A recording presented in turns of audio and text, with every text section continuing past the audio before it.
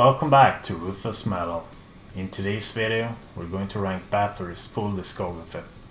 And this was a particular hard band to rank since I think that a huge chunk of the discography is excellent.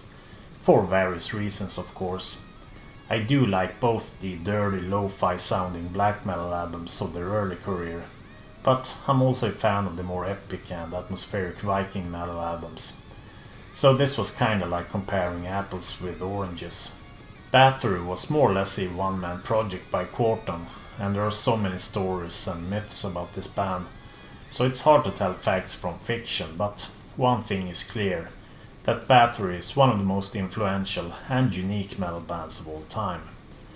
And before we get into the rank here, make sure to smash that like button and subscribe if you aren't already subbed up. Because now it's time for me to rank Bathory's albums from the worst to the best, so let's do this. The worst Bathory album is in my opinion Octagon from 1995. And I was never the biggest black metal fan. I could tolerate bands like Celtic Frost, Venom, Hellhammer and Sodom, bands of that first wave. But Bathory was a bit too extreme for me back in the day when I first discovered them.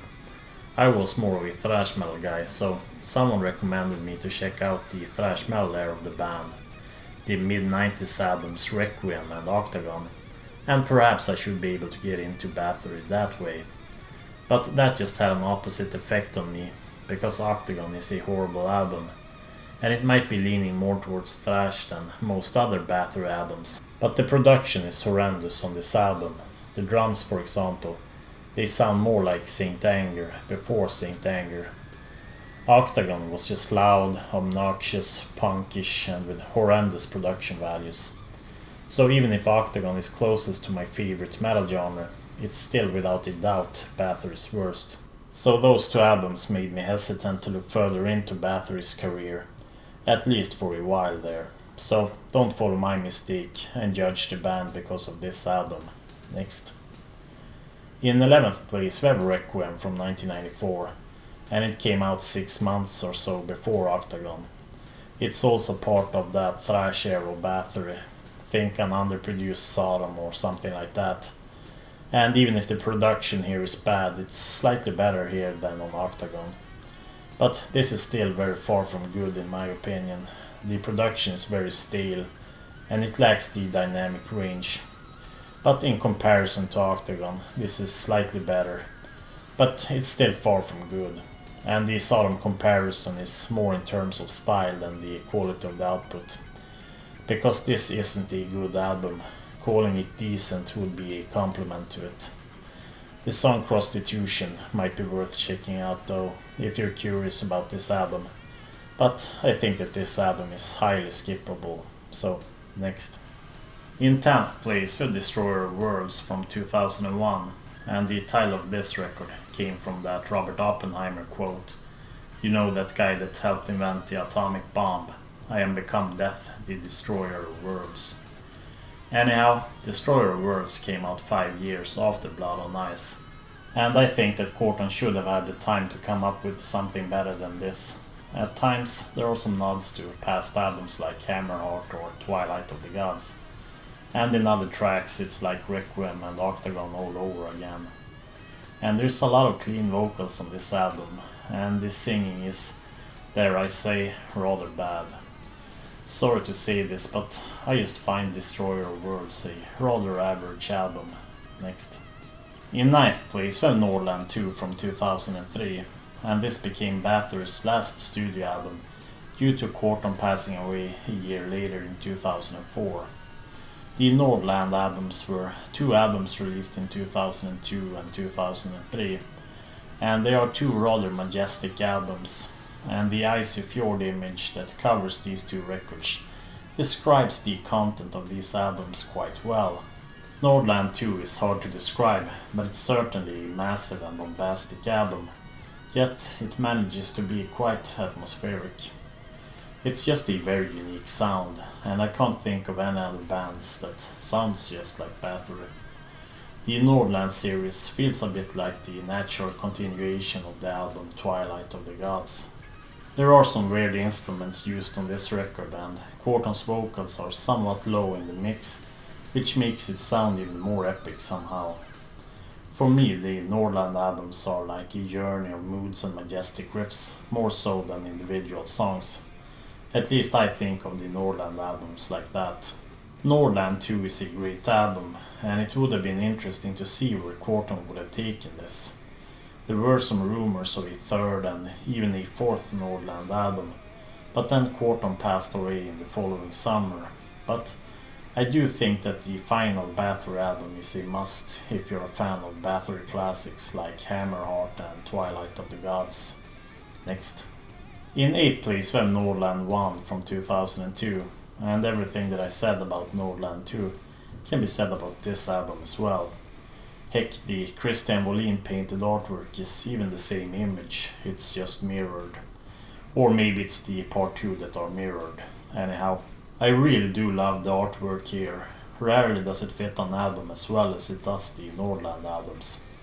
And I slightly prefer the first Nordland album, but it's certainly a very close call. Ring of Gold is the odd track here. It has this Blind Guardian ballad kind of feel to it. And the same can be said about Broken Swords, but it's more like an up-tempo Blind Guardian track. And I don't know if it's just me, but I get those vibes from those two songs. The rest of the album is, however, more moody, heavy and bombastic. And I consider the Nordland albums to be amongst the best albums of the decade.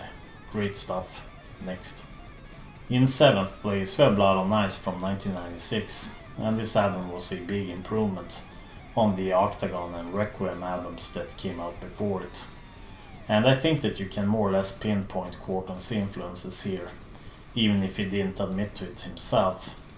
The first couple of Bathory albums were stylistically very Venom influenced, and then the later albums drew more influences from Manowar, and Blood on Ice is definitely more in the Manowar style.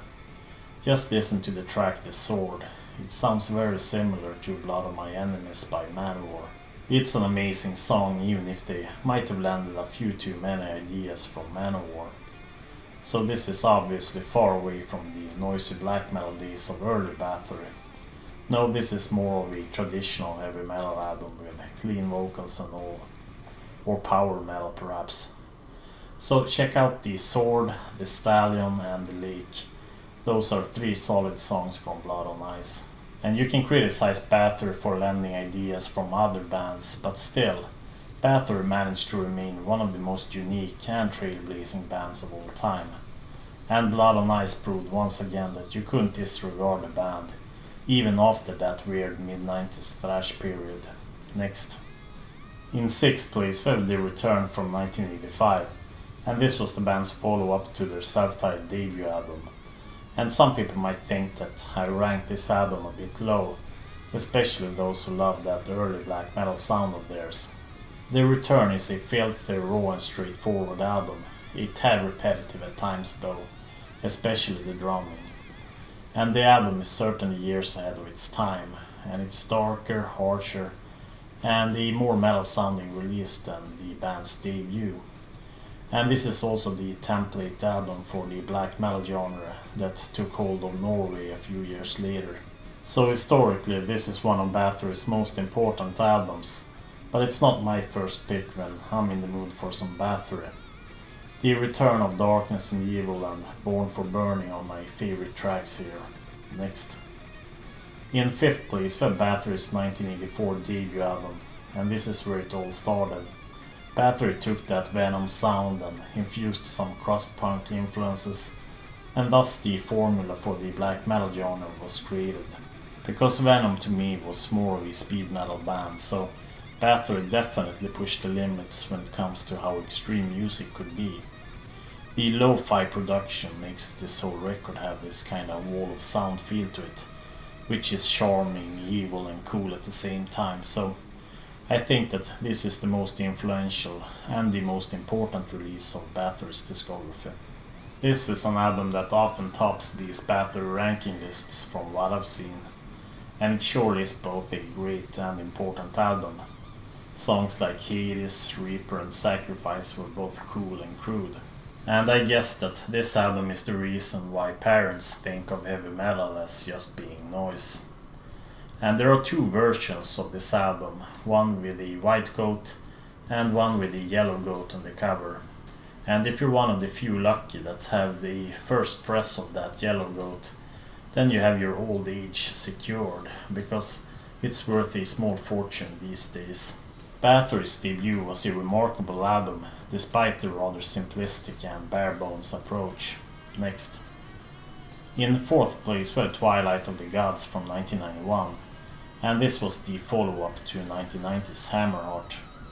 And just like Hammerheart, Twilight of the Gods sounded very different from their first couple of records.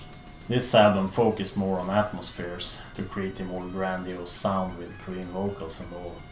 And I guess that their new sound wasn't to everyone's liking.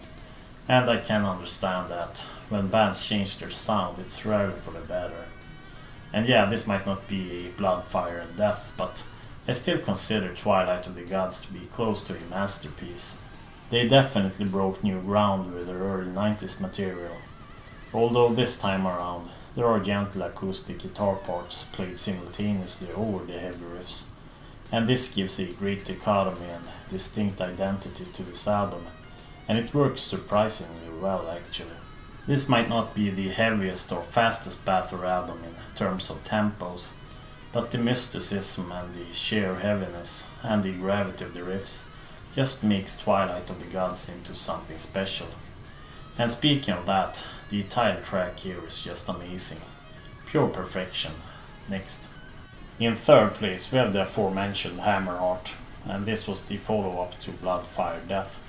And where does one go after such a record? Well, in Bathory's case, they created a new metal genre known as viking metal with the release of this record. And this is the cornerstone of that genre. Sure, there were some viking related material on Blood, Fire, Death too, but this was a step away from that black metal sound and into a new realm. And I didn't mind the change, since I thought that Bathory was heading into a creative peak around the late 80s and the early 90s. And there are so many great songs here, like Shores in Flames, Valhalla, Baptized in Fire and Ice, and One Road to Asa Bay. And if black metal is not your thing, then I would definitely suggest that you start by checking out Hammerheart, because it has a completely different vibe to it. Next. In second place we have Under the Sign of the Black Mark from 1987, and I think that this was a step up from the Return and their debut as well. It features better songwriting, better performances, but also a slightly friendlier production this time around. Under the Sign of the Black Mark is a black metal masterpiece, but there are also some hints here of the future to come for Bathory. Enter the Eternal Fire is such a hint. It has that epic and grandiose feel to it, like a lot of the songs on Hammerheart and Twilight of the Gods. While a track like Chariots of the Fire is quite the opposite. Some face-melting brutality right there. And I also like Women of Dark Desires and Call from the Grave quite a bit too. And there are a few keyboard moments on this album, and I only think it heightens the chilling and eerie feel to the album. Overall, Under the Sign of the Black Mark is an excellent album, and an absolute must for anyone who's into extreme metal. Next. And the number one Bathory album, according to none other than myself, is of course Blood, Fire, Death from 1988. And this was the perfect mix of that early black metal era combined with the viking metal style. Heck, you can even throw in some thrash into the mix here to describe this masterpiece. Quorthon himself described this as the start of the second trilogy, the pre-Christian Viking era as he called it. Blood, Fire, Death has a much more aggressive tone to it than Hammerheart and Twilight of the Gods. The vocals, for example, are more in the shrieking style here. But on the other hand, this is a much more atmospheric and epic album in comparison to the band's first three. So it has the best of both worlds here combined into one album. And I also think that the production here is better than ever before. Highlights, well, the full album I would say. It's great from start to finish. And the artwork here is also amazing. It's an old painting called The Wild Hunt of Odin from 1872, by Peter Nikolai Arbro. It's just great art through and through. Blood, Fire and Death is really one of the absolute best extreme metal albums of all time. And now it's time for us to check out my full Bathory rank. And here I have it. And as you guys can see, I like both the Viking era and the black metal era albums. There are 3 albums in their discography that I don't care that much for. Octagon, Requiem and Destroyer of the Worlds. But the rest of the albums are great. And don't be a dummy like I was. If you don't like one type of Bathory album, move on and listen to another one and you might just like it, because they are very different. Quorthon really was a one-of-a-kind musician.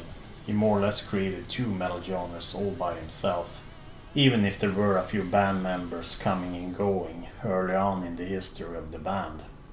And I also think that Bathory's discography has been one of the hardest for me to rank, since there are so many great albums to choose from. Bathory was a unique band, and they are finally getting the cred that they deserve. Unfortunately, Quorthon didn't live to see it himself, but I suppose he's smiling down on us from Valhalla. And I remember where I was when he passed away in June of 2004. I was at the Sweden Rock Festival when I heard the news.